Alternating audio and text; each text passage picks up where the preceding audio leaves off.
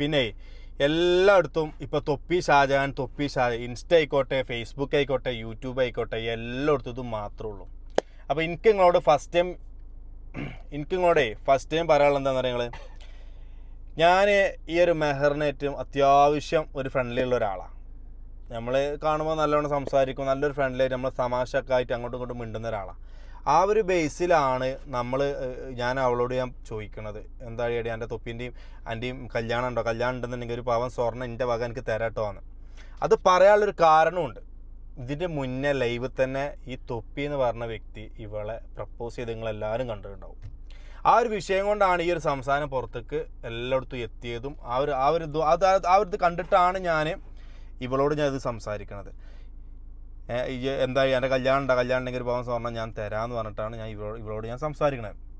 അത് നമ്മളെ നീലക്കോയിലിൻ്റെ പേജിൽ വന്നു. അത് വമ്പം ഇഷ്യൂ ഓന് തന്തക്കൊക്കെ വിളിച്ചിട്ട് ഭയങ്കര സീനായി. എനിക്കിങ്ങോട്ട് പറയാനുള്ളതെന്ന് വെച്ചാൽ, ഞാൻ ഈ പൊട്ടിത്തെറിച്ച് ഈ വീഡിയോസും കാര്യങ്ങളും ചെയ്യുന്ന ഒരാളാണ്.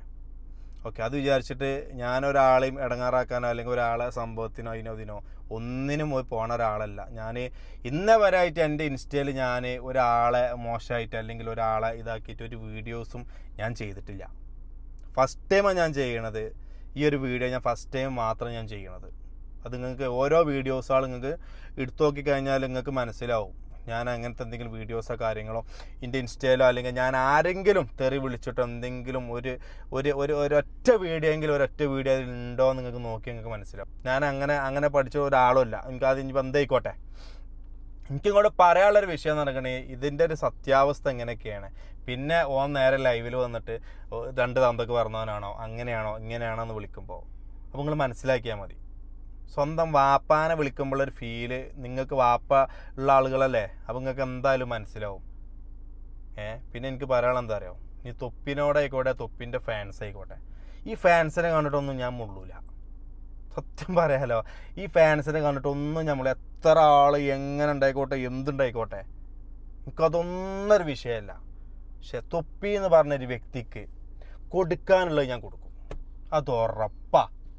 എഴുതി വെച്ചോ തൊപ്പിയ, എഴുതി വെച്ചോ.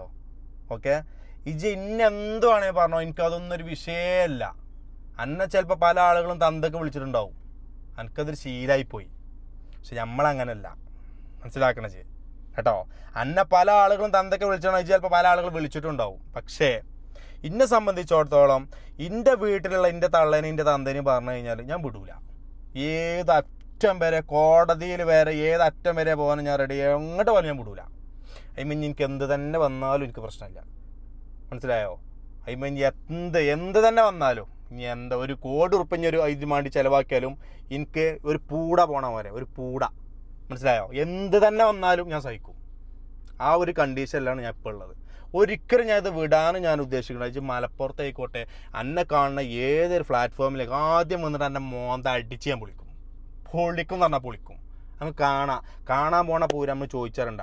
ഈ ലൈവിൽ ഇങ്ങനെ വന്നിക്കാണ്ട് ഷാജഹാൻ കട്ടിലിൻ്റെ അടിയിൽ ഒളിച്ചു, ഷാജഹാനെ കോൾ ചെയ്യട്ടെ, എന്നെപ്പോലെ 12 മണി 1 മണി അവളെ നിന്നുകാണ്ട് ഇങ്ങനെ ഇതിലും നോക്കിയാണ് നിൽക്കലല്ല നമ്മളെ പരിപാടി. മനുഷ്യന്മാർ ഭക്ഷണം കഴിച്ച് 10-11 മണിയാകുമ്പോൾ മനുഷ്യന്മാർ ഉറങ്ങും. ആ ശീലം എനക്കില്ല. അതെന്താ, രാത്രി ഉറങ്ങാത്തവനാണ്. പക്ഷെ നമ്മളങ്ങനല്ല. അത് മനസ്സിലാക്കിയാൽ മതി. എൻ്റെ ലൈവ് നോക്കിക്കാൻ തൊപ്പി ലൈവിൽ തന്നെ ഉണ്ട്. ഞാൻ അത്ര ഇമ്പോർട്ടൻ്റ് എനിക്ക് തരുന്നുള്ളൂ. എന്നൊക്കെ എൻ്റെ മനസ്സിൽ വെറും ഫ്രോഡാ, മനസ്സിലായോ? പിന്നെ എൻ്റെ ഒരു ലൈവും കാത്തുങ്ങ നിൽക്കുക. ജാരാ ഒന്ന് പോടാ ചെങ്ങായി. അപ്പോൾ മനസ്സിലാക്കിക്കോ, ഇന്നല്ലെങ്കിൽ നാളെ എൻ്റെ കൈനടിയിൽ എന്നെ കിട്ടും. ഇത് കണ്ടോ? അതിന്മേൽ ഞാൻ മരിക്കാനും ഞാൻ റെഡിയാണ്. ഇത് മനസ്സിലാക്കിക്കോ മോനെ, കേട്ടോ. എനിക്ക് അങ്ങനെ അറിയണമെന്നുണ്ടെങ്കിൽ വെല്ലുവിളിച്ചിട്ട് ആ വെല്ലുവിളി സ്വീകരിക്കുന്ന ഒരാളാണോ അല്ലേ എന്നുള്ളത് നീ എന്നെ അറിയുന്നവരോട് ചോദിച്ചാൽ എനിക്ക് മനസ്സിലാവും. ഓക്കെ, ഞാൻ പേടിച്ചിട്ട് പിന്മാറിപ്പോണ ഒരാളാണോ, അതോ എന്തും നേരിട്ടിട്ട് വെല്ലുവിളിച്ചിട്ട് മുന്നോട്ട് പോയാലും ആ ജീവൻ പോണത് വരെ ഞാൻ പോരാടും. അതിൻ്റെ മേലെ എനിക്കൊന്നുമില്ല. എനിക്കും അത്ര തന്നെ ഉണ്ടാവുള്ളൂ. പണക്ക് എത്ര ഉണ്ടായിട്ടൊന്നും ഒരു കാര്യമില്ല. അപ്പം എൻ്റെ അടുത്തും ഉണ്ടാവും, എൻ്റെ അടുത്തും ഉണ്ടാവും. അതിലൊന്നും കാര്യമില്ല. ജീവൻ പോയി കഴിഞ്ഞാൽ മനുഷ്യൻ കഴിഞ്ഞു. അത് മനസ്സിലാക്കിയാൽ മതി. ആ ജീവൻ പോകുന്നത് വരെ ഞാൻ പോരാടും. കോടതി ആയിക്കോട്ടെ, പോലീസ് ആയിക്കോട്ടെ, ജയിലായിക്കോട്ടെ, എന്തായിക്കോട്ടെ, വിടൂല. ഞാൻ സത്യമാണ്, വിടൂല.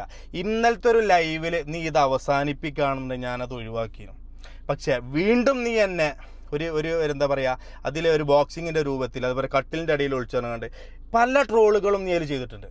ഇനി ഞാൻ വിടാൻ ഉദ്ദേശിക്കുന്നില്ല, ഒരിക്കലും ഇനി ഞാൻ വിടാൻ ഞാൻ ഉദ്ദേശിക്കുന്നില്ല. അത് ഞാൻ മനസ്സിലാക്കിക്കോ. എപ്പോഴും മനസ്സിലെ നോട്ടിട്ട് വെച്ചുകൊണ്ട് എൻ്റെ പുറകെ ഞാൻ ഉണ്ടാവൂടാ.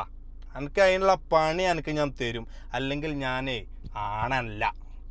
അത് മനസ്സിലാക്കിക്കോ കേട്ടോ. ഇന്നലെ ഈ ഒരു ലൈവിൽ നീ അത് ഒഴിവാക്കി പോവാണെന്നുണ്ടെങ്കിൽ ഞാൻ ഈ ഒരു പ്രശ്നമേ ഞാൻ ഒഴിവാക്കി പോയിരുന്നു. പക്ഷേ നീ വീണ്ടും അതിങ്ങനെ കത്തിച്ച് ഇങ്ങനെ നൊരായിട്ട് കൊണ്ടുവരാണ്. ആ നൊരകളൊക്കെ ഞാൻ കുറേ കണ്ടതാണ് മോനെ. അതുകൊണ്ട് ആ ജാതി പേടിയോ കാര്യങ്ങളോ ഞമ്മക്കില്ല. അത് മനസ്സിലാക്കിക്കോ. ഇന്നല്ലെങ്കിൽ നാളെ എൻ്റെ കയ്യിൽ കിട്ടും. ആ കിട്ടുന്ന സമയത്ത് പൊന്നു മോഹനെ എൻ്റെ അടിപ്പണ്ടം ഞാൻ കലക്കും. അടിപ്പണ്ടം കലക്കാന്ന് കേട്ടിക്കണച്ച് അത് കലക്കിയിട്ടേ ഞാൻ വിടുള്ളൂ. കണ്ടോ?